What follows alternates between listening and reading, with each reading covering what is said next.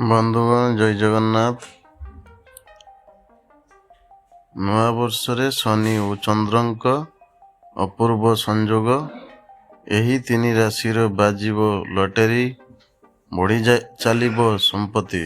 ବନ୍ଧୁଗଣ ଗତ ନଭେମ୍ବର 2028 ତାରିଖରେ ଶନି ମୀନ ରାଶିରେ ମାର୍ଗୀ ହୋଇସାରିଛନ୍ତି। ଆସନ୍ତା ବର୍ଷ ଜୁଲାଇ ମାସ 26 ତାରିଖ ଯାଏ ଶନି ମୀନ ରାଶିରେ ଏହି ଅବସ୍ଥାନ ଜାରି ରଖିବେ। ଏହା ସହିତ ହିଁ 2026 ମସିହାରେ ଶନି କିଛି ରାଶିର କୁଣ୍ଡଳୀ ଘରେ ରହିଥିବା ଚନ୍ଦ୍ର ସହ ସଞ୍ଚରଣ କରିବେ। ଏହି ପରିବର୍ତ୍ତନ ଚନ୍ଦ୍ର ରାଶିରେ ଶନିଙ୍କ 3, 7 ଓ 10ମ ଭାବରେ ସଂଯୋଗ ହେବାକୁ ଯାଉଛି।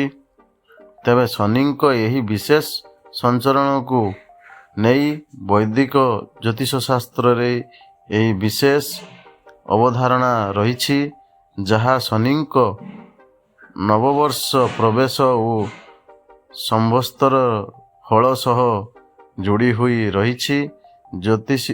ଜ୍ୟୋତିଷଶାସ୍ତ୍ର ଅନୁସାରେ ଯେତେବେଳେ ନୂଆବର୍ଷ ଆରମ୍ଭ ହୋଇଥାଏ, ସେତେବେଳେ ଶନିଦେବ ଅନ୍ୟ ଧାତୁର ପାଏ ଗୁଡ଼ ଧାରଣ କରିଥାନ୍ତି।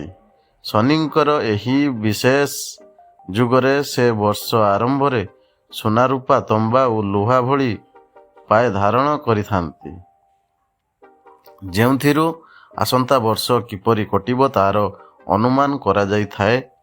ତେବେ ଚଳିତ ବର୍ଷ ଶନିଙ୍କ ଏହି ବିଶେଷ ସଂଯୋଗରେ କେତେକ ରାଶିକୁ ବିଶେଷ କୃପା ପ୍ରାପ୍ତ ହେବାକୁ ଯାଉଅଛି, ଯାହାଦ୍ୱାରା ଉକ୍ତ ରାଶିଗୁଡ଼ିକର ଆର୍ଥିକ ସ୍ଥିତି ବହୁତ ଭଲ ରହିବା ସହ ଗ୍ରହରାଜ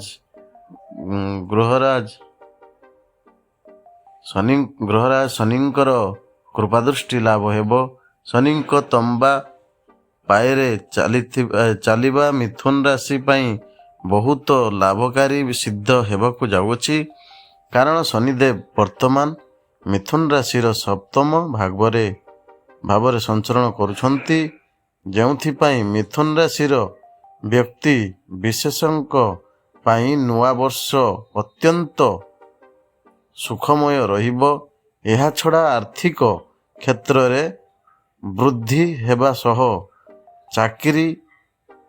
ଚାକିରିଆମାନଙ୍କ ଦରମା ବୃଦ୍ଧି ହେବାର ସମ୍ଭାବନା ରହିଛି। ଯେଉଁ ଲୋକମାନେ ନୂଆ ଚାକିରି ସନ୍ଧାନରେ ରହିଛନ୍ତି, ସେମାନଙ୍କ ସମସ୍ୟାର ସମାଧାନ ହେବ। ଏହି ସମୟରେ ମିଥୁନ ରାଶିର ଲୋକଙ୍କୁ ଭାଗ୍ୟର ତୁରନ୍ତ ସାଥ ମିଳିବ। ଶନିଙ୍କ ଏହି ବିଶେଷ ଚାଲି କନ୍ୟା ରାଶିର ଲୋକଙ୍କ ପାଇଁ ଅତ୍ୟନ୍ତ ଅନୁକୂଳ ବୋଲି ଗ୍ରହଣ କରାଯାଉଛି। ଯେଉଁମାନେ ବାଣିଜ୍ୟ କିମ୍ବା ଚାକିରି କରୁଛନ୍ତି, ସେମାନଙ୍କୁ ଅକାରଣରେ ସଫଳତା ପ୍ରାପ୍ତି ହେବ। ଅଚାନକ ଧନରାଶି ସହ କ୍ୟାରିୟରର ସ୍ୱଚ୍ଛ ସ୍ଥାନ ପ୍ରାପ୍ତ ହେବ, ଯେଉଁଥିପାଇଁ ଆପଣଙ୍କୁ ସୁଖ ସମୃଦ୍ଧି ପ୍ରାପ୍ତ ହେବ। ଆୟରେ ବୃଦ୍ଧି ହେବା ସହ ନିବେଶ କରିଥିବା ଲୋକମାନେ ବଜାରରୁ ଖୁବ୍ ଭଲ ରିଟର୍ଣ୍ଣ ପାଇବେ। ମକର ରାଶିର ବ୍ୟକ୍ତି ବିଶେଷଙ୍କ ପାଇଁ 2026 ମସିହାରେ ଶନିଦେବଙ୍କ କୃପାଦୃଷ୍ଟି ଯୋଗୁଁ ଆକସ୍ମିକ ଧନ ପ୍ରାପ୍ତି ହେବାର ସମ୍ଭାବନା ରହିଛି। ଆପଣଙ୍କ ଜୀବନର